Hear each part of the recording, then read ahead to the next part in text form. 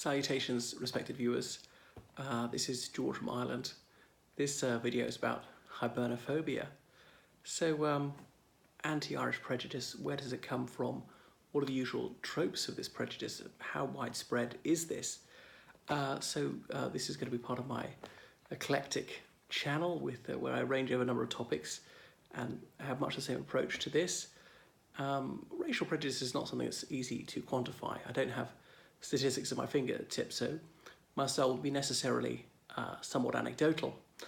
Ireland's had a recorded history since the 5th century AD, since St. Palladius and then St. Patrick. They came in that order. We had Ogham writing beforehand. I'm not sure if anyone can read that these days or it got translated. And there's that book came out in about 995, but it's by Mr. Carl, saying how the Irish saved civilization. I've never read it actually, but very worthwhile tome to dip into. And I wondered whether it was written because, you know, sometimes we're a bit touchy because people demeaned us occasionally, said we were dim and all the rest of it. So want to big ourselves up and talk about our accomplishments. And indeed, we do have many attainments. Ireland is a cultural superpower. It's a phrase I coined, very proud of that one. Gonna polish that one. I'm not sure it's caught on. Those who disliked us said we were short on the grey matter. I don't think it's particularly true. Anyway, what are some other memes of anti-Irish bigotry? That we're alcoholic, that we're violent, overly loquacious, too sentimental, things like that, religious maniacs. Now, obviously there'll be a grain of truth in all of these things because, well, how many people are there in Ireland? You know, coming up for 7 million, and obviously there are many people of Irish stock around the globe, tens of millions, about 32 million in the United States alone. Now, often these Irish people overseas would only be like sort of half, quarter, an eighth, 16th. Add all the fractions together, how many do you actually get? I don't know, but a lot. You know, of all the tens of millions of people of Irish blood throughout the world, so there's a range of behaviour, and that we have all sorts of personality types amongst us. So I think that's really the more important thing, is personality. That's why I try to take people as individuals rather than categorising them so much. I'm a cosmopolitan person. That's why my nationality is perhaps best described as London Irish, because London's the centre of the world for me and London's a somewhat Irish city. So obviously we have a range of intelligence. There's a bell curve in Ireland as elsewhere. Some people low intelligence, most people average, some people superior. Alcoholism, yes, it exists in Ireland. Is it worse than average for a Western country? I don't know. It might be. I suspect it is actually. It's quite a big part of our culture. I think heavy drinking countries offer cold climates because it helps you warm up, and it's so dispiriting in the midst of winter. We have seasonal affective disorder, and because of our barley crops grow so well, it works well for beer. We can produce lots of that. So I think that's there, and often the English accuse us of this, and they're about as bad. Could be worse, I don't know. English cities, Friday, Saturday night is a war zone. These boys there in short sleeved shirts, even in the depths of winter, and the coppers on the street, just knowing these chaps will get into fights. I have to separate them, queuing for the kebab van or the taxi and so on. So obviously some people don't drink at all, and some people are completely moderate drinkers. They're pioneers, people in Ireland wear a little badge saying they're total abstainers, not so many of them around anymore. There was a big temperance movement. Father Matthew from Tipperary led it. His statue is got pride of place in the middle of Cork, my birthplace. So that we're violent. Well, we got a fairly high crime rate for a Western country, higher than Great Britain by way of comparison. You know, fairly high for the European Union. So you know, obviously that's somewhat true. Most people are not violent. I'm not, and that's that. Overly talkative. Well, we got, you know, reputation of being as a nation of talkers and have some superb orators. You know, Daniel O'Connell, magnificent orator. John F. Kennedy, someone of Irish stock, of I think exclusively Irish ancestry, and he was a magnificent and spellbinding rhetor. But as a whole, I mean, you've got to find fantastic public speakers in every nationality.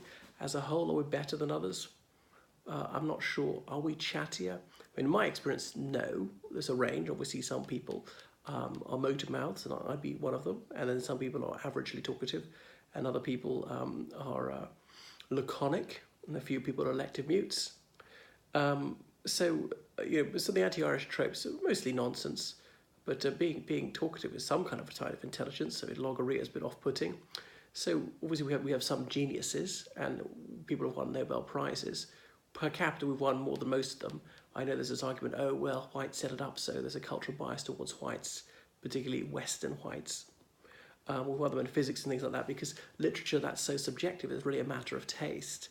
Whereas physics, how can I say that this achievement is better than that achievement? But anyway, there's an element of objectivity to evaluating people's scientific achievements. So where does this thing about alcoholism come from? Well, we're famous for producing it, manufacturing high quality alcohol. Guinness most famously, 1759, Arthur Guinness at St James's Gate. I've never been around the brewery actually. I didn't like it very much. It's very fattening. Porter, makes you portly, that's black Irish beer.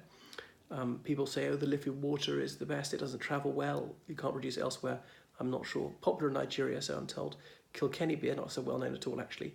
Beamish, which is from Cork, and Murphy's, all named after the families that produce them, those three porters. Cork Dry Gin, not that well known. In fact, Bushmills from the wee north, that's whiskey. And Jameson's.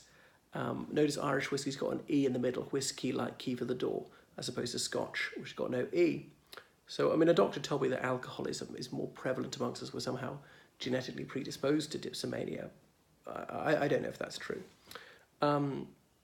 So as for religious mania, well, we prided ourselves on being the most Catholic country in Europe. It was in the Constitution till 1971. Probably the last country in Europe to have that there. Well, maybe Portugal and Spain, sorry, apart from those two, that we're a Catholic nation. And obviously there was Protestant fundamentalism as well. So some people were fairly secular, and relative to the age, I think we probably were more passionate about our faith. Well, it doesn't have to be a bad thing. Anyway, obviously the majority of Irish people were Catholic. I mean, at lowest, I think 70% of us were Catholic, at the lowest point of the Catholic majority. So there was some anti-Catholic prejudice from Protestants, and indeed anti-Protestant prejudices from Roman Catholics. And so these prejudices were often intersectional. People who were anti-Irish were often anti-Catholic as well. And our neighbour, Great Britain, was almost entirely Protestant at one time, until, say, the late 18th century. So the Protestants said, oh, well, our minds have been emancipated by Protestantism, and now we can have worship in our own tongue. Catholics are worshipping in Latin, a language most of them don't understand. Only highly educated people had a working knowledge of Latin. So there was that. And then this thing about us being of inferior intelligence. I wonder if it comes from that as well, saying, oh, you're not clever enough to see the light of Protestantism, which is obviously ridiculous, because you can have very high intelligence and very low intelligence subscribe to a religion. Largely it's following the crowd. People are a bit sheepish, and there's safety in numbers. My ancestors would have been whatever Milesian pagans, and then would have been Christians when Sir Patrick came and set up the Irish Church, and then eventually Roman Catholics from the 12th century and all the rest of it. Why? Why did they change along with everybody else? Presumably because that was the easy thing to do, to be safe, to not be a dissident. So then some Hibernophobes started using Irish as a synonym for stupid. I even heard it in my childhood, which I took umbrage at that. Now, is there any empirical data to back this up? Well, I saw one datum, and that was a study of IQ by countries. It listed Ireland. Does that mean the whole of Ireland, just the Republic? I don't know. And Great Britain, and it had our IQ as 92 on average. Theirs at 100. So from that one statistic would suggest that's the case. And it's not a tiny gap, actually. Now, that doesn't mean we're all dim, or people in Great Britain are all smart. And there might be another study which would come to the opposite conclusion. So I don't dismiss out of hand things which are unflattering to us, and don't always have to believe things which reflect well on us, and vice versa. Just because something reflects well on us doesn't mean that it's bogus, and just something because something seems bad about us doesn't mean that it's true. Try to keep an open mind, not be too touchy. People say, oh, you're self-loathing, you have a slave mentality. Come out with all this bile rather than dispassionately sifting the evidence. And that's what I try to do, to simply examine the information that's presented to me and decide what's disinformation. I have to be a detective. What do I believe, what do I disbelieve, what am I not sure about? Anyway, some racists used to depict us as simian and things like that. St. Dragon and the George was I think Mr. Punch cartoon. But obviously there were positive images as well as Irish beauty models in the late 19th century, very fashionable in London, and were lionised abroad like Oscar Wilde, very popular in Great Britain and the United States. There's no Irish need apply thing. A sign, it was around in 19th century Great Britain a little bit. And in the United States, hardly at all, actually. There's been a study of these NINA signs, no Irish need apply. And no blacks, no dogs, no Irish, that sign. I only ever met one person who saw that way back in about the 50s. He was an Englishman, actually. Of all my friends, all my relatives, Irish people, none of them recall ever having seen that. So I'm not saying it didn't happen at all, but I just said the frequency was hugely exaggerated. Now, it should never happen. It should never appear. No one should be mistreated according to their ethnicity. So occasionally people said Hibernophobia things to me, but because they dislike me personally, not because they're anti-Irish, I don't think. Anyway, what else?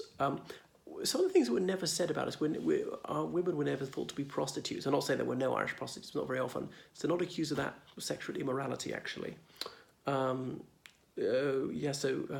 Apparently we used to keep bodies for a long time for burial in the old days. People said, oh, you're unhygienic, because people wanted to gather the family and enough money for a dignified funeral. Nowadays we tend to bury people very quickly. So these are some of the anti-Irish tropes and where they come from. And, a lot of them largely nonsense. There's Captain Macmorris in Shakespeare, King Henry V, that play. And does it reflect badly on the Irish? Possibly, yeah. And just because we had a different language, some English say, oh, there's something wrong with you. Well, is there something wrong with them for not speaking our language? Things like that. And the Catholic majority in Ireland were discriminated for a long time, and not so many of our schools were allowed, and Trinity wouldn't allow us in. Was Ireland's only university for a long time. That was another group of Irish people doing it to the rest of us, Protestants. They're mostly of more recent English and Scots descent, but they sometimes call themselves English, even into the 18th century. Jonathan Swift and Edmund Burke sometimes calling themselves English. So then it's always not quite straightforward who's Irish and who's English, particularly in the east coast of Ireland. Well, that's that. So I think there's virtually no anti-Irish prejudice left anywhere. We're flavour of the month in many places. Remember 90s, even when the IRA was bombing Great Britain, the hottest seat in town, the hottest show in town was River Dance, Irish pubs all over the place. So we're celebrating, very popular, and our average income in Great Britain is higher than that of white British people. And the Irish, I would argue, we are British, even if we're not British citizens, not all of us. We're ethnically, culturally British, which does not negate us being Irish. It fulfills us being Irish. We're one of the peoples of the British Isles. We have so much in common with our kith and kin in Wales, Scotland and England. We're so jumbled around, and our cultures have cross-fertilised. So I don't want there to be any animus in any direction. The way I see it, we should all reunite.